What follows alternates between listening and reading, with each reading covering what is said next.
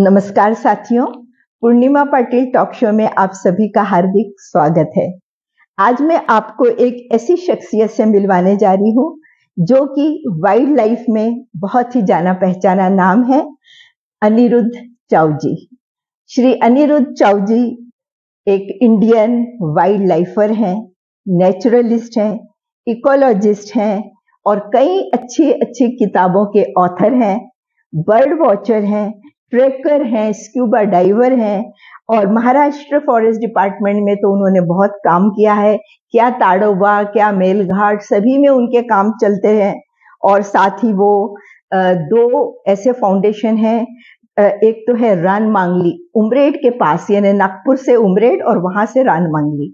वहां यदि जाएंगे तो उनका जो एक बहुत ही अच्छा फाउंडेशन, जहां पर वो इतना अच्छा कार्य कर रहे हैं, गांव के बच्चों से लेकर बड़ों तक, और कई पढ़े लिखे लोग भी उससे जुड़े हुए हैं और बहुत अच्छा कार्य कर रहे हैं और बहुत करियर ओरिएंटेड कार्य भी वहां चल रहे हैं। लोग यदि चाहें तो छोटी उम्र से लेकर बड़ी उम्र के लोग भी यदि उस फाउंडेशन से जुड़ते हैं तो शायद उन्हें बहुत कुछ काम वहां मिल सकता है।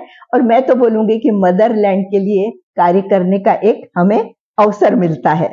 और साथ ही कंजर्वेशन को लेके वो इकोलॉजिस्ट है, तो बहुत सारे तरह तरह के कार्य उनके चल रहे हैं। उन्होंने जंगल में घूमते हुए और कई तरह की विषयों को लेकर डॉक्यूमेंट्रीज और वीडियोस बनाए हैं। गूगल पे यदि हम उनका नाम अनिरुद्ध चाव जी वाइल्ड लाइफ लिखेंगे तो इतना ज्यादा हमें उनके बारे में जानकारी मिलेगी और साथ में बहुत ही अच्छा वाइल्ड लाइफ को पहचानने का, जानने का हमें मौका भी मिलेगा। तो हम सब क्यों ना मदरलैंड के साथ जुड़कर कुछ कार्य करें, छोटे मोटे। हम घर में बैठे तो भी हम कुछ कर सकते हैं। हम स्कूल, कॉलेज, ऑफिस जहां भी हैं, हम क्या कुछ मदरलैंड के लिए कर सकते हैं। ये सब बातें हमें अनिरुद्ध चाव जी ने बहुत ही इंटरेस्टिंग वे में और बहुत ही इंफॉर्मेटिव वे में बताई है। मैंने 4 वीडियो बनाए हैं अलग अलग विषयों को लेकर। मेरी इच्छा है कि मेरे जो व्यूअर्स हैं वो जरूर इन 4 वीडियो को देखें जिसमें अलग अलग विषय हैं। तो चलिए अब मैं आपको मिलवाती हूँ अनिरुद्ध चाव जी से। धन्यवाद। उत्तराखंड देखिए, पंजाब देखिए, इकोलॉजी से ही रिलेटेड है जी। जेन गुडाल जी, जिनकी अभी देहांत हुई थी रिसेंटली, वो चिंपैंजीज पे काम करते हैं। अच्छा। जो जेन गुडाल का एक स्टेटमेंट था कि शायद ये ह्यूमन जनरेशन ऐसी पहली जनरेशन ऑफ एनिमल्स होगी जो खुद को डिस्ट्रॉय कर रही। So it was very interesting. अभी देखिए क्लाइमेट चेंज जो कहते हैं और जिससे टेम्परेचर बढ़ रहा है, आप खिड़की के बाहर देखेंगे तो पूरे कंक्रीट के स्ट्रक्चर्स और बड़े बड़े आ रहे हैं, रोड्स कंक्रीट के आ रहे हैं, सब कुछ कंक्रीट का आ रहा है। ये हीट सोकअप करते हैं और काफी टाइम तक ये हीट रिलीज करते हैं। जब 1 डिग्री सेंटीग्रेड से टेम्परेचर बढ़ जाता है, आप बोलते हैं 42 था 43 हो गया, अरे यार क्या करें, गर्मी होती है। बट वी डोंट रियलाइज कि जब टेम्परेचर बढ़ता है तो वाटर इवापोरेट होता है, जो जमीन का वाटर हो, लेक का वाटर हो, और जब वो इवापोरेट होता है फिर इवापोरेट होकर ऊपर क्लाउड बनता है। और ये क्लाउड जो क्यूमुलोनिम्बस क्लाउड्स होते हैं वो और ऊंचे ऊंचे क्लाउड्स बनने लग जाते हैं। सो दीज डेज क्या हो रहा है कि इतने बड़े क्लाउड्स हैं और जब ये रेन डालते हैं तो एक पर्टिकुलर एरिया में बहुत ज्यादा रेन उसी टाइम में डाल देते हैं, एक टाइम में डालते हैं। पहले क्या होता था कि रेन डिस्ट्रीब्यूट होता था पूरे साल भर, आपका जैसे पूना का हो तो 650 मिलीमीटर ऑफ रेनफॉल। पर अभी क्या होता है कि ये जो क्लाउड बर्स्ट होते हैं उससे 200 मिलीमीटर रेनफॉल 1 घंटे के अंदर हो जाता है। बिल्कुल, अभी यही हुआ है जो चीजें दुनिया खत्म होने में टाइम है, बट काफी टाइम है। So as a nature lover मैं हर एक को यही बताता हूँ कि there are problems but solutions are within us. So एक तो है कि हम नेगेटिवली ये सब देखते रहे, बट पॉजिटिवली अपने लेवल पे, जैसे कि जैसे हमारे व्यूअर्स सुन रहे हैं, हम अपने लेवल पे हम किस तरह से इन चीजों में हेल्प कर सकते हैं जी। तो इसमें क्या होता है ना कि हर एक, सबसे बड़ा प्रॉब्लम क्या है कि हर एक को लगता है कि प्रॉब्लम इतना बड़ा हो गया है कि हम कुछ नहीं कर पाते। So that is the biggest problem. और गवर्नमेंट करेगी, गवर्नमेंट कर रही, इसलिए ऐसा हो रहा नहीं। क्या है कि नागपुर हमारा गंदा है, पर मोदी साहब आएंगे, झाड़ू मार के जाएंगे, तब क्लीन होगा। तो we are waiting for the prime minister कि प्राइम मिनिस्टर साहब कभी तो आएंगे और सब, हम खुद नहीं करेंगे। तो इसमें वो एक नेगेटिव साइड होता है, but you know planet heal करते हैं। इंडिया की टाइगर पॉपुलेशन 1400 के आसपास गई थी, वो आज 3500 के ऊपर है। So if you don't interfere ना, नेचर खुद ब खुद अपने आप को रिपेयर कर लेता है।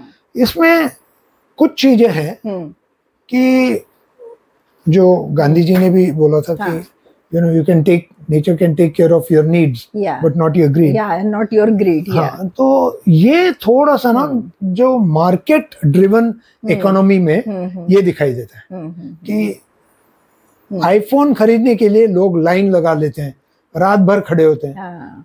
It's an ego issue. So similarly नई कार, नए शूज, नए कपड़े, so all this is a market driven economy. अब जो एडवर्टाइजमेंट्स देखते हो उसमें भी पता चलता है ये अगर आप ड्रिंक पीते हो तो सब लड़कियां आपके पीछे आती हैं। So that is the kind of this watch ना। इसमें भी बहुत पॉजिटिव साइड है। जानवर तो मर रहे हैं, काफी सालों से मर रहे हैं, और एलिफेंट्स बहुत ज्यादा मरते हैं, स्पेशली वेस्ट बंगाल वो जो एरिया ना, वहाँ पे बहुत एलिफेंट्स, बिहार वेस्ट बंगाल में बहुत एलिफेंट्स मरते हैं रेलवे ट्रैक्स पे। हमारे यहाँ अभी तक के हमने जब रोड्स बनाए या रेलवे ट्रैक्स बनाए या कुछ भी डेवलपमेंट की बात की, तो हम लोगों ने मिटिगेशन कभी नहीं किया। मिटिगेशन यानी क्या? तो पेंच टाइगर रिजर्व हाईवे के दोनों साइड में है, जानवर तो उसको क्रॉस करेंगे ही करेंगे। तो उसमें गडकरी साहब ने डॉक्टर बिलाल के साथ एक बहुत अच्छा प्रोजेक्ट निभाया कि वो रोड उनका ओवर द जंगल जाता है। अच्छा। और नीचे से जानवर जाते हैं। ओके। इसको हम मिटिगेशन कहते हैं। ओके। मिटिगेशन में हम जानवर जंगल क्रॉस कर सके इसकी ओर ध्यान देते हैं। अच्छा।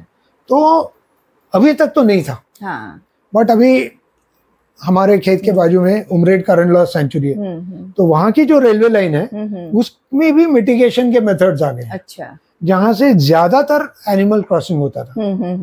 तो ये जो प्रोसेस है, जैसे पहले हम कोई डैम बनाते थे तो लोगों को रिहेबिलिटेशन के बारे में कोई ज्यादा विचार नहीं करता था।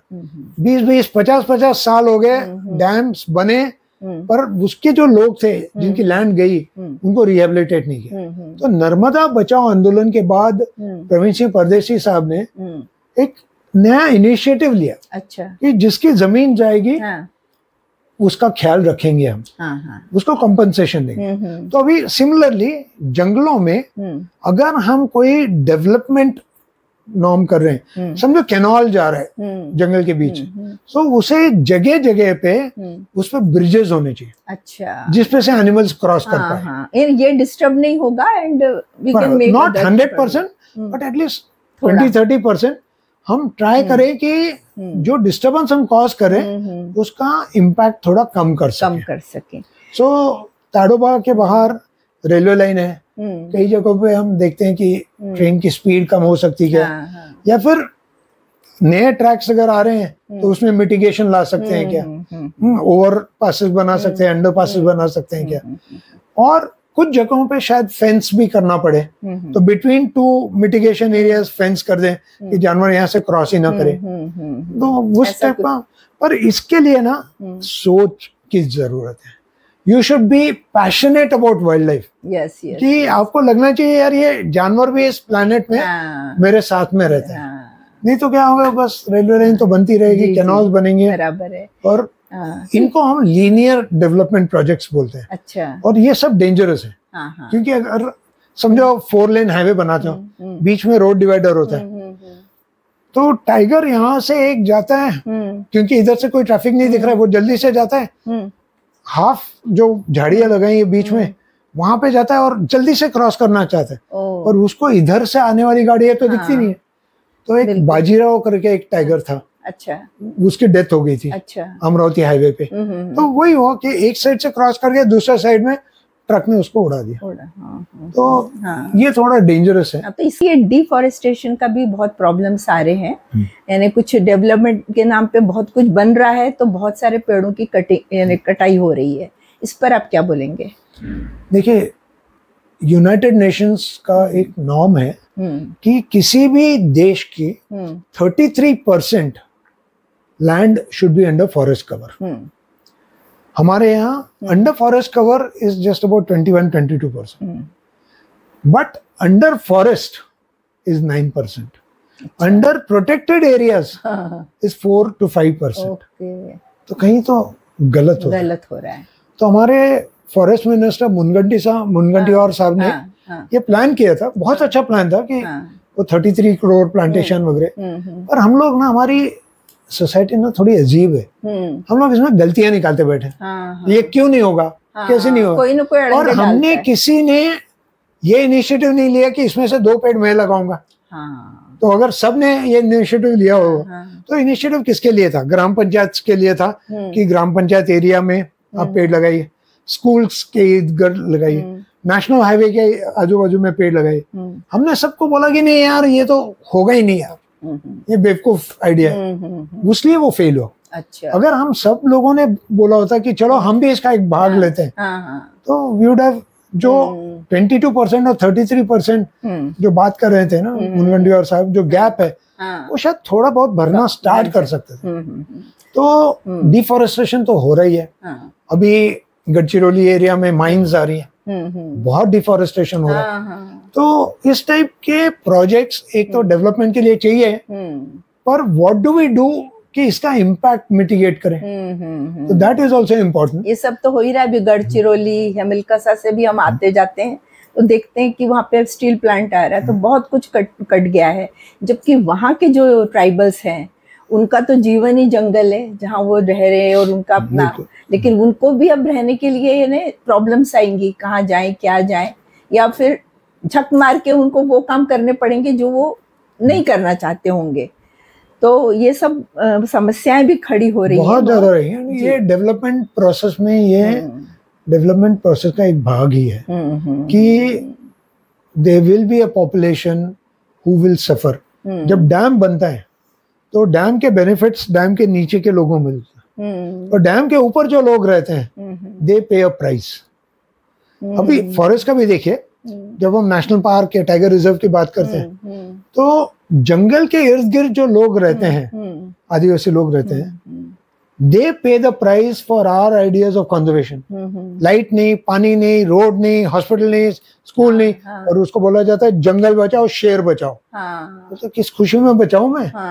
So you know this entire developmental model, even conservation model, conflict चालू रहता है। जी जी। तो उसमें खाली एक है कि if we can reduce that impact a little, तो जंगल में इको टूरिज्म से इनको लाइवलीहुड्स दे सके, that's something very nice। बिल्कुल बिल्कुल।